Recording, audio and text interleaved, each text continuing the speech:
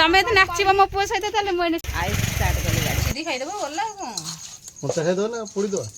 ତମେ ଏଇନିକି ଆଣିଥିଲି ଅର୍ଡ଼ର ଥିଲି। ସେ କନିକ ଆସ ତମେ ଚଣା ବୁଟ ସବୁ ପଡ଼ିକି ହେଇଛି ପରିବା ଆଉ। ନମସ୍କାର, ଜୟ ଜଗନ୍ନାଥ। ମୁଁ ସ୍ୱାଗତ କରୁଛି ଆୟୁଷ ବେହେରା ଓଡ଼ିଆ ବ୍ଲଗ୍କୁ। ଆଉ ଆମେ ଏବେ ଯାଉଛୁ ଏବେ ଗୋଟା ଆଡ଼େ ତ ନୁହଁ କୁଆଡ଼େ ନା ମାନେ ଆୟୁଷକୁ ନେଇକରି ଗୋଟେ ରିଲ୍ସ କରିବା ପାଇଁକା। ଆଉ ଆପଣମାନେ ନିଶ୍ଚୟ ଦେଖିବେ, ଆମେ ବି ଆପଣମାନଙ୍କୁ ଦେଖେଇବୁ ସେଠି ଭିଡ଼ିଓ କଲାବେଳେ ଆୟୁଷ କେମିତି କରୁଛନ୍ତି, କେଉଁ ରିଲ୍ସଟା କରୁଛନ୍ତି, କ'ଣ କରୁଛନ୍ତି। ଆଉ ଆପଣଙ୍କୁ ତା ଅଭିନୟ ତା ଡ୍ୟାନ୍ସଟା ଆମେ ତୁମକୁ ଦେଖେଇବୁ। ଆଉ ଦେଖନ୍ତୁ ଆୟୁଷ ଗୋଟେ ଛିଡ଼ା ହେଇଛି, ଏବେ ସ୍କୁଲରୁ ଆସିଲା, ସାଙ୍ଗେ ସାଙ୍ଗେ ଆସିଲା ସ୍କୁଲରୁ। ଆଉ ସ୍କୁଲରୁ ଆସିଲା ପରେ ଆମେ ଏବେ ବାହାରିଲୁ, ଆମେ ଏବେ ଯାଉଛୁ। ଆୟୁଷ ହଉ ଆମେ ଏବେ ଯାଉଛୁ। ଆଉ ଆପଣମାନଙ୍କ ସହିତ ଦେଖାହେବ, ମାନେ ଭିଡ଼ିଓ କରୁଥିବ, ମାନେ ସେଇଠି ଦେଖାହେବ ଆପଣମାନଙ୍କ ସହିତ ହେଲା। ଆଉ ଆମେ ଏଥରକ ଯାଉଛୁ। ଆମେ ବାହାରକୁ ଆଗ ଆସିଥିଲୁ ହେରି, ଆଉ ଆୟୁଷ ବାବା ଆସିନଥିଲେ, ଆସିଲେ ଆୟୁଷ ବାବା ଏବେ ଏଠି ଆସିଲେ ଗାଡ଼ି ଷ୍ଟାର୍ଟ କରିବେ। ଆୟୁଷ ଷ୍ଟାର୍ଟ କଲେ ଗାଡ଼ି, ତାଙ୍କ ବାବା ଷ୍ଟାର୍ଟ କଲେନି, ଆୟୁଷ ଗାଡ଼ି ଷ୍ଟାର୍ଟ କଲେ। ଆମେ ଏଥରକ ଏବେ ଯାଉଛୁ। ଆମେ ଆସିକି ପହଞ୍ଚିଗଲୁ ରୋଡ଼ରେ। ଆଉ ଭିଡ଼ିଓ ତ ସରିଗଲାଣି ଆୟୁଷଙ୍କର ଗୋଟେ, ଆୟୁଷର ଗୋଟେ ସରିଗଲା କାହିଁକିନା ମାନେ ସନ୍ଧ୍ୟା ହେଇ ଆସିଲାଣି, ଆମେ ବହୁତ ଲେଟ୍ରେ ଟିକେ ଆସିଛୁ ହେରି, ସେଥିଲାଗି ଆୟୁଷ ସେପଟକୁ ଯାଇଛି। ମୁଁ ଆପଣମାନଙ୍କୁ ଦେଖାଉଛି ଯାଇକରି। ତତେ କ'ଣ କହୁଛନ୍ତି ସେଠି? ଆମେ କରିସାରିଲୁ, ଆମେ ଦେଖିବୁ ହେଲା, ସେ ଦେଖିକି ଯୋଉଠିକୁ ନାଚି ଦେବୁନୁ ସେ ଦେଖିଦେବେ। ଏଥର ତ କ'ଣ ଅଛି, ତମେ ହେଲେ ମୋ ପୁଅ ସହିତ ନାଚିବ ଟି? ହାଁ ମାନେ ତାଙ୍କର ଜେଜେମା ମାନେ ହେବେ ଆୟୁଷଙ୍କର, ଆଉ ଥଟାରେ କହୁଛନ୍ତି ତାଙ୍କୁ ନାଚୁ ଆୟୁଷ, ଆଉ ଆମେ ଟିକେ ଭିଡ଼ିଓ କରିବୁ ହେଲା, ଏ ଦେଖିବୁ ଆମେ ହେଲା। ତମେ ଯଦି ନାଚିବ ମୋ ପୁଅ ସହିତ ତାହେଲେ ମୁଁ ଏଇନା ସେ ଭିଡ଼ିଓ କରିବୁ ଏଇନା ହେଲା। ଚମଡ଼ା ଦିଅନ୍ତେ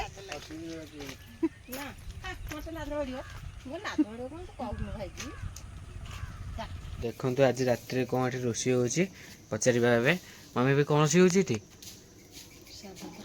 ସାଧା ତରକାରୀ, ମାନେ କ'ଣ ପଡ଼ିଛି ଏଥିରେ? ଚଣା ବୁଟ ସବୁ ପଡ଼ିକି ହେଇଛି ପରିବା ଆଉ। ବୁଟ ଡାଲି ଆଉ ସାରୁ ଗୁଣ୍ଡା ଆଳୁ ସବୁ ପଡ଼ିକି ଗୋଟେ ତରକାରୀ ହେଇଛି ଆଉ। ମଧୁରୀ ଜିରା ସୋରିଷ ବଟା ଦେଇକି କରାହେବ। ତ ମାଆ ତ ଏଠି ବସିଛି ଏବେ ଆଉ। ରାତିରେ ରୁଟି ହେଇଯାଇଛି। ଭାଇ ସେ କ'ଣ ନେଇକି ଆସ ତମେ? ଚିକେନ? ରାତିରେ କ'ଣ ଚିକେନ ଏତେ ରାତିରେ? ଚିକେନ ଅଛି ତ କରିଦେବା। ଇଏ ମମି କ'ଣ କରୁଛି? ମମି ଏଇଠି ଅଛି ଏଇଠି। ଚିକେନ କଷେଇଦେବା। କ'ଣ ଚିକେନ କଷେଇଦେବା। ଚିକେନ କଷିବି କ'ଣ ଏତେ ରାତିରେ? ସବୁ ପରେ ଚିକେନ କଷେଇଦେବା। ମୁଁ ଏଇନେ ସାଙ୍ଗେ ସାଙ୍ଗେ ନା ରୋଷେଇ ସାରିକି ଆସିଲି କି ଆମେ ଯାଇଥିଲି ତ ବଜାର ନେଇ ଆସିଲେ ଆଉ। କ'ଣ ରୁଟି ଆଉ ହେଉଛି ଇଏ ଆଣିକି ଆସିଲି, ରୁଟି ତରକାରୀ କରିଛି ଏଇନେ ସାଙ୍ଗେ ସାଙ୍ଗେ କରିକି ଆସିକି। ମୁଁ ମୁଗଟା ଭଜା ହେଇଥିଲା, ଡାଲି ହେଇଥିଲା, ଏଇଟା କାଲି ଆସିକିରି। ଆଉ ତମେ ଏଇନେ କାହିଁ ଆଣିଥିଲି? ଅର୍ଡ଼ର ଥିଲି କି କରିବ ଏଇନା? ଗ୍ୟାସ୍ ଫ୍ୟାସ୍ ହବ ଏଇନା? କ'ଣ ଏଇ ଚିକେନ ଚିକେନ କରିବନି? ସେ ତରକାରୀ କରିଦେଇଛି। ଏଇନା ରୋଷେଇ ଥୁଆ ହେଇଗଲା। ଏଇନେ ତରକାରୀ କରିଦେଇଛି। ହଁ ହଉ। ମୁଁ ଆଉ ଯିବିନି ଆଉ ଖାଇପାରିବିନି। ଅଳ୍ପ ପକେଇକି କରିଦେବା, କଷିଦେବା। ଗ୍ୟାସ୍ ଫ୍ୟାସ୍ ହବ ଏଇନା?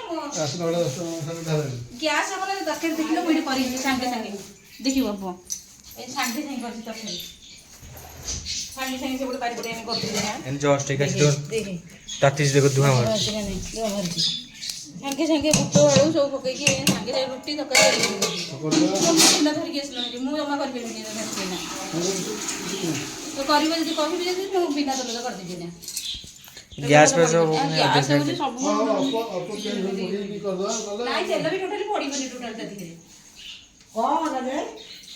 ଚିକେନ ଯାଇଥିଲି ବଜାର ନେଇ ଆସିଲି ଅଧ କେଜି ଚିକେନ। କରିଦିଅ, ଆଉ କ'ଣ କରିବ? ଆଉ ନାଇଁ ମୁଁ କରିପାରିବିନି ନା, ସିଏ ହବ ପୁରା ବିନା ତେଲରେ ହବ। ତେଲ ବି ନାହିଁ, ସୋରିଷ ତେଲ ବି ନାହିଁ ଘରେ, ସରିଯାଇଛି। ଏତେ ରାତିରେ ଆଉ କାହିଁ କରିବୁ? ନହେଲେ କହିଦିଅ, ଆଉ କ'ଣ କରିବ? ନାଇଁ ତାକୁ ମୁଁ ଆଣିକି କଷିଦେବି ନେଲେ ଆଉ ସେମିତି ଆଉ। ତମେ କ'ଣ ସବୁ ସେମିତି ନେଇକି ତେଲ ବି ନାହିଁ? ତେଲ ନାହିଁ ବା, ସତ କଥା ତେଲ ନାହିଁ। ତାହେଲେ ଏଇ ଯେଉଁ ତରକାରୀ କରିଦେବୁ ସେ ତେଲରେ ସରିଯିବ। ଟିକେ ଅଧିକ ଦରକାର, ତେଲ ଦରକାର ହଁ ତ ବିନା ତେଲରେ କରିଦେବି। ଦେଖିବା ଏବେ। ମମି ଏବେ ରାଗି ପୁରା ପଞ୍ଚମ ଅଛି ଏବେ, ପୁରା ଏନେ ସାଙ୍ଗେ ସାଙ୍ଗେ ତରକାରୀ କରିକି ଆସିଲା। ତବେ ଦେଖନ୍ତୁ ଏବେ ମମି ଏବେ କାଟିବାରେ ଲାଗି ପଡ଼ିଛି ପିଆଜ ପୁଣି ନା। ଆଉ କ'ଣ କରିବ? କାଟିଲେ ପିଆଜ ନ ପଡ଼ିଲେ ସେ କ'ଣ ବାଗ ଲାଗିବ? ହଁ ପିଆଜ ରସୁଣ ଟିକେ ଅଦା ଟିକେ 10 ମିନିଟରେ ହଁ ଚିକେନ କଷା ହେଇଯିବ।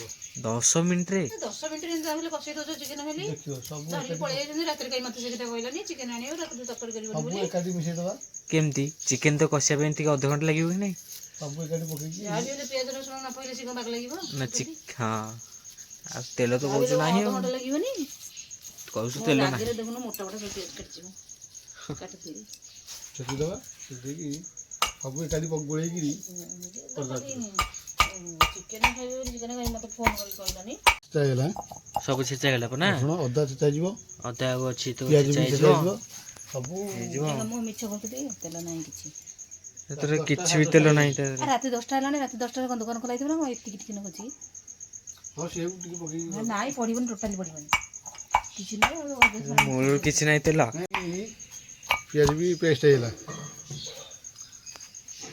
ଅତି ଶୀଘ୍ର 11ଟା ସୁଦ୍ଧା ଆମେ ଖାଇବା ତେବେ ଆପଣମାନେ ଦେଖନ୍ତୁ ଏବେ ଏଠି ଖାଲି ଚିକେନ ଥୁଆ ହେଇଛି ତାପରେ ଧୁଆଇକି ପଡ଼ିଲା ଆଉ ଲୁଣ ଟିକେ ପଡ଼ିଲା ଲୁଣ ଟିକେ ପଡ଼ିଲା ସ୍ୱାଦ ଅନୁସାରେ ଆଉ ହଳଦୀ ଗୁଣ୍ଡା ଟିକେ ପଡ଼ିଲା ହଳଦୀ ଗୁଣ୍ଡ ଆଉ ମିଶିକି କରିଦେବେ ଆଉ ସେତିକି ସେତିକି ସେତିକି ହଳଦୀ ଗୁଣ୍ଡ ତାହେଲେ ହଳଦୀ ହେଇଛି ସବୁ ମୁଁ ଆଜି ବି କରିବିନି ବି ଥୋଇଦେଲି ବାବା ବି କରିବେ ଆଜି ପିଆଜ ଟିକେ ପଡ଼ିବ ତେଲ ନାହିଁ କିଏ କରିବ ମୋତେ ଏଇନା ଏଠି ହେଉଛି ରସୁଣ ସବୁ ଏକାଠି ପଡ଼ିଲା ଇଏ ପକୋଡ଼ା କରିଦିଅ ନହେଲେ ଅଦା ପକୋଡ଼ା ହବ ଅଦା ଆଉ ଏଇଟା କଣ ଜାଣିଛନ୍ତି କଞ୍ଚା ଲଙ୍କା କଞ୍ଚା ଲଙ୍କା କଟା ହେଇଛି ନା ନା କଟା କଟା ହେଇଛି ହେଇଛି। ଚୁନ ହେଇଛି ମୋଟା ମା ଲୋ କେତେ କଞ୍ଚା ଲଙ୍କା ପକେଇଛନ୍ତି ସିବୁଣା ଖାଇପାରିବୁ ଟି ରାଗ ହବ ଦେଖିଆ ଖାଇବା ରାଗ ଟୋଟାଲି ଖାଉନି ଲଙ୍କା ଗୁଣ୍ଡା ପଡ଼ିବନି ତାକୁ ଗୋଳେଇ ଦେବା ଗୋଳେଇ ଦେଇ କଷି ଦେଇ ଖାଇଦେବ ଗଲା ଆଉ କ'ଣ କଞ୍ଚା ଖାଇଦେବା ନା ପୋଡ଼ିଦେବା କଞ୍ଚା ଖାଇଦେବ ନା ନହେଲେ ସେମିତି ସିଝେଇ ଦେବା କଷୁଥିବ ସେମିତି ମୁଁ ଜମା କଷୁଥିବି ନା ଏବେ ଦେଖନ୍ତୁ ଏବେ ଚିକେନ ଗୁଳା ଗୁଳି ହେଇଗଲା ଆଉ ଖାଲି କରେଇରେ ତ ଆପଣ ଦେଖୁଥିବେ ପଇଲା ଆଉ କିଛି ଆଉ ନାହିଁ ମସଲା ଖାଲି ଗୁଳିଆ ହେଇଛି ତା ଦେହରେ ଖାଲି ନା ଯାହା ମସଲା ତା ଦେହରେ ପଇଲାରେ ଗୁଳା ଗୁଳି ହେଇକି ଏବେ ପୁରା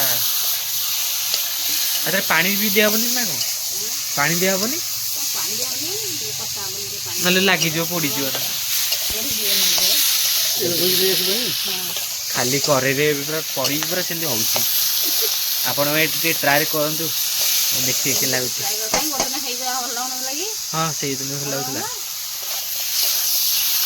ଏ କ'ଣ ଦିଆହେଲା କ'ଣ ସବୁ ପ୍ରକାର ମସଲା ଦିଆହେଲା ହଁ ସେଇ ଯୋଗୁଁ ସେ ଅଦା ସବୁ ସବୁ ବହୁତ ବହୁତ ସବୁ ପଇଲା ସବୁ ଅଦା ସେଟା ସବୁ ପଇଲା ତ ଏବେ ଦେଖନ୍ତୁ ଏବେ ତମ ତାତି ହେଉଛି ତ ପାଣି ଟିକେ ଦିଆଗଲା ତାହେଲେ ପାଣି ତ ତା ଦେହରେ ଯେତିକି ଗୁଳିଆ ହେଇଥିଲା ସେ ମସଲା ତକ ଲାଗିଥିଲା ସେ ପାଣି ଦିଆ ହେଇଛି ଖାଲି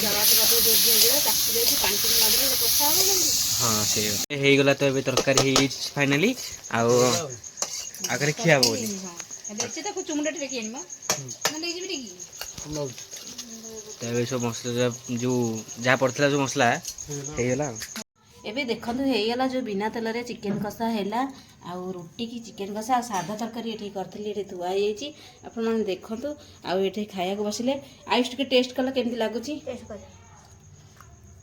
ବଢିଆ ହେଇଛି ବହୁତ ବଢ଼ିଆ ହେଇଛି ଭଲ ଲାଗୁଛି ତମେ କ'ଣ ଟିକେ ଖାଇଲ ତମେ ଟିକେ ଟେଷ୍ଟ କଲ ଶୀଘ୍ର ହେଇଗଲା ନା ନାଇଁ ହଁ ତମେ ଟିକେ ଟେଷ୍ଟ କରୁନ 15 ମିନିଟ୍ ଅଧଘଣ୍ଟା ଲାଗିଲା କାହିଁ ମିଛ କଥା କହୁଛ 15 ମିନିଟ୍ ଲାଗିଲା